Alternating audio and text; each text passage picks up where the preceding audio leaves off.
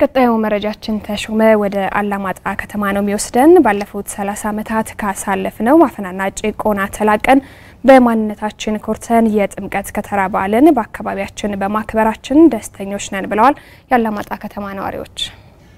የጥምቀት ከተራ በዓል በተለያዩ ሃይማኖታዊ ስርዓቶች የእምነቱ ተከታዮች በተገኙበት በአላማጣ ከተማ በመከበር ላይ ነው የሚገኘው። የበዓሉን አከባበር የተከታተለው ባልደረባችን ካሳሁን ኃይለ ሚካኤል በዚህ ጉዳይ ላይ ተጨማሪ መረጃ ላይ ያደረሰን እንግዲህ ሀና በቀጥታ የስልክ መስመራችን ላይ ይገኛል። ከሱ ጋር መጠነኛ ቆይታ እናደርጋለን። ሰላም ብለናል። እንደምን አመሸህ ካሳሁን?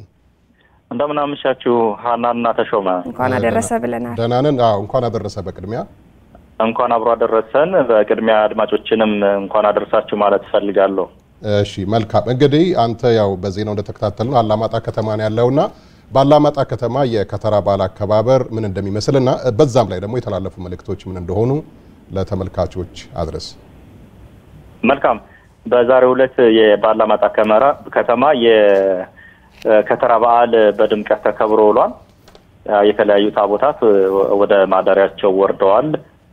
እንዳጋጣሚ እኔ 3 ታቦታትን የሚሸኙ ምዕመናን ጋር አብሮ የመሳተፍ አጋጣሚው ነበረኝ።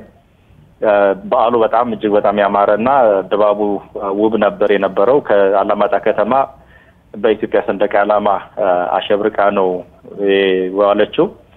ማህበረሰቡም ቅድመ ዝግጅት አድርጓል። ሴቶች የአካባቢውን አልባሳት በመልበስ ጸጉራቸውን የአካባቢውን የሹርባ አሰራር ስርዓት ተሰርተው ተውበው ነው ወጥተው የነበረው። ወንዶችም በተመሳሳይ የአካባቢውን አለባበስ ለብሰው ነው የነበረው። እንደ ሽርጥ፣ ጎንቢሶ እና ጥርግ ጫማ የመሳሰሉትን አልባሳት ነው ለብሰው የነበረው ወንዶች። ሴቶችም እንደዚሁ ቦፌ ለብሰው ነው የነበረው። በጣም አምረውና ደምቀው ነበር የወጡት።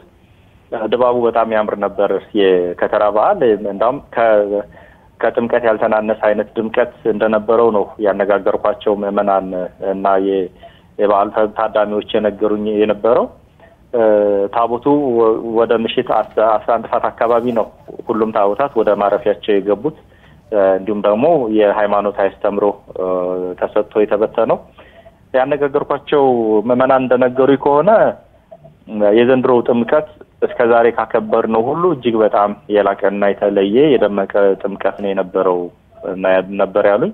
የዚህ ደግሞ መሰረታዊ ምክንያት ፍጹም ነፃ ሆነን ያለማንም ጣልቃ ገብነት ራሳችንን ሆነን በራሳችን ቀለም በራሳችን ውበት በራሳችን ከለር ደምቀንና አምረን የዋልንበት የመጀመሪያ ጥምቀት በመሆኑ የተለየ ጥምቀት ነው ለኛ እና እጅግ በጣም ደስተኞች ነን። ከእንግልት ከመከራ ካፈና እና ከባህል ጫና ነፃ የወጣንበት አመት ነው የነበረው እና እጅግ በጣም ደስ ያለን በዓል ነው ነበር ያሉት።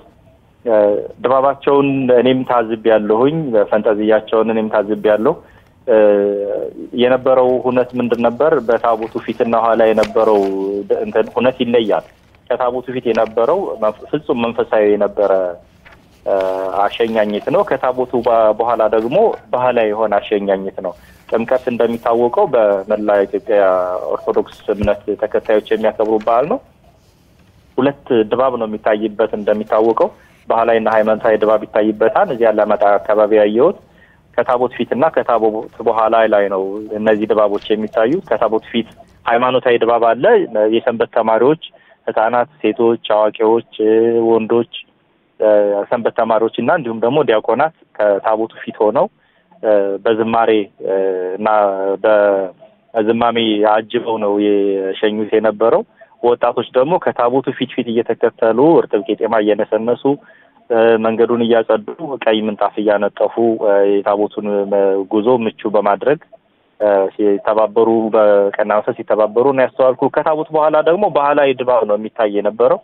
እናቶች ሰብሰብ ብለው በባህላዊ ዜማ መወድሶች ነበሩ። ፈጣሪያቸውን ያወድሳሉ፣ ጻድቃን ሰማዕታትን ያወድሳሉ፣ ድንግል ማርያምን ያወድሳሉ። እንደዚህ አይነት መወድሶች ነበሩ። ባህላዊ ዘፈኖችና እስክስታዎች ነበሩ። ወጣቶችም እንደዚሁ ጎንቢሶና ጥርግ ጫማ ለብሰው አቴና ገማይና የመሳሰሉትን የአካባቢ ጭፈራ በሆያ አይነት መልክ እየጨፈሩ ነው የነበረው። አባቶችም በተመሳሳይ የራሳቸውን ቡድን መስርተው እየጨፈሩ ነው የነበረው። ድባቡ እጅግ በጣም የተለየ ነው የነበረው። ያነጋገርኳቸው ሰዎች የነገሩኝ ምንድነው እንደዚህ ለብሰን መውጣት የራያን ባህል ልብስ ለብሰው መውጣት በጣም ነውር የነበረበት ወቅት ነበር ያሳለፍናቸው አመታት። እናፍር ነበር፣ እንድናፍር እንደረግ ነበር። ይህ ልብስ ደምቆ የሚወጣ የነበረው ራያ ቆቦ ላይ ነው የነበረው። እኛ ጋር ግን ማፈሪያ ነው የነበረው። ዘንድሮ ኮርተንበት አንገታችንን ቀና አድርገን ለብሰኑ ደምቀን በመውጣታችን ደስተኞች ነን። አረንጓዴ ቢጫ ቀይ ሰንደቅ ዓላማ አይናችን እያየ ሲቃጠል ነበር፣ በአደባባይ ሲቃጠል እያየን ነበር። እንኳን እንደዚህ ልናጌጥበት ይቅርና በየአደባባዩ ዛሬ ግን ከግንባራችንና ከእጃችን ሁሉ አስረን ኢትዮጵያን ከፍ አድርገን የኢትዮጵያን ከፍታ አይተን እኛም ደምቀንበት የኢትዮጵያን ሰንደቅ ዓላማ ደምቀንበት ነው የዋልነውና እጅግ በጣም የተለየ በዓል ነበር ነው ያሉት። ደስተኞች ነው የታዘብኩት። መልካም ካሳሁን ካላማጣ ላደረስከን መረጃ እጅግ አድርገን ነው የምናመሰግነው። መልካም በዓል። አመሰግናለሁ።